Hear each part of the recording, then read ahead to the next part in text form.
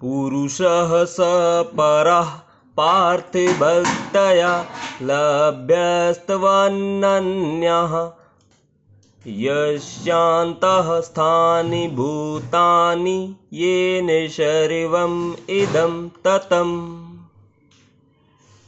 अर्थात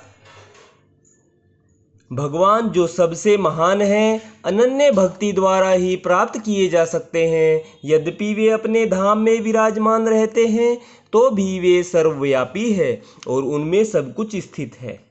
तात्पर्य जानेंगे। यहाँ यह स्पष्ट बताया गया है कि जिस परम धाम से फिर लौटना नहीं होता वह परम पुरुष कृष्ण का धाम है। ब्रह्म संहिता में इस परम धाम को आनंद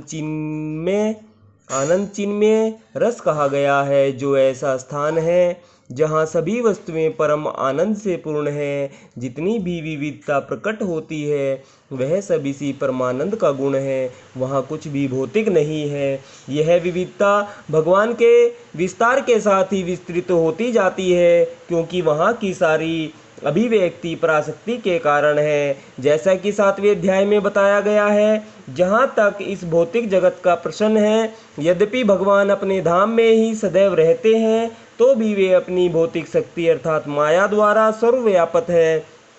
इस प्रकार वे अपनी परा तथा अपरा शक्तियों द्वारा सर्वत्र भौतिक तथा आध्यात्मिक दोनों ब्रह्मांडों में उपस्थित रहते हैं।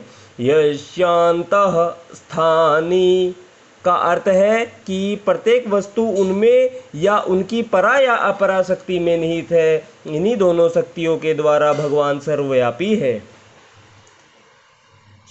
कृष्ण के परम धाम में या असंख्य वैकुंठ लोकों में भक्ति के द्वारा ही प्रवेश संभव है। जैसा कि भक्तिया शब्द द्वारा सूचित होता है, किसी अन्य विधि से परम धाम की प्राप्ति संभव नहीं है। वेदों में भी परम धाम तथा भगवान का वर्णन मिलता है। एको वशी स्वर्गः कृष्णः। उस धाम में केवल एक भगवान रहता है जिसका नाम कृष्ण है।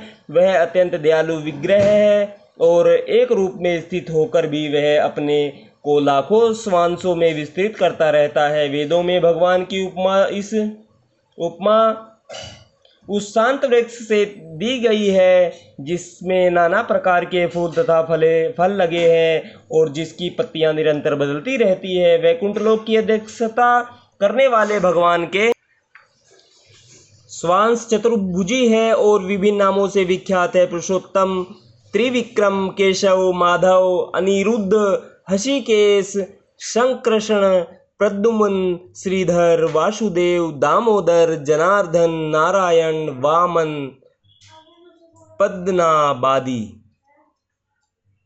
ब्रह्म संहिता में भी पुष्टि हुई है कि यद्यपि भगवान निरंतर परमधाम गोलोक वृंदावन में रहते हैं, किंतु वे सर्वव्यापी है ताकि सब कुछ सुचारू रूप से चलता रहे। वेदों में कहा गया है, परास्य शक्तिर्विविधा श्रूयते स्वाभाविकी ज्ञान बल क्रिया चाह। उनकी शक्तियां इतनी व्यापक है कि वे परमेश्वर के दुरस्त होते हुए भी दृश्य जगत में बिना किसी त्रुटि के सब कुछ सुचारू रूप से संचालित करती रहती है। राधे राधे भक्तजनों, जय श्री कृष्णा। आज हमने श्रीमद् भागवत गीता के अध्याय 8 के 22वें श्लोक का आनंद लिया है। कल हम 23वें श्लोक का आनंद लेंगे। राधे राधे, जय श्री कृष्णा।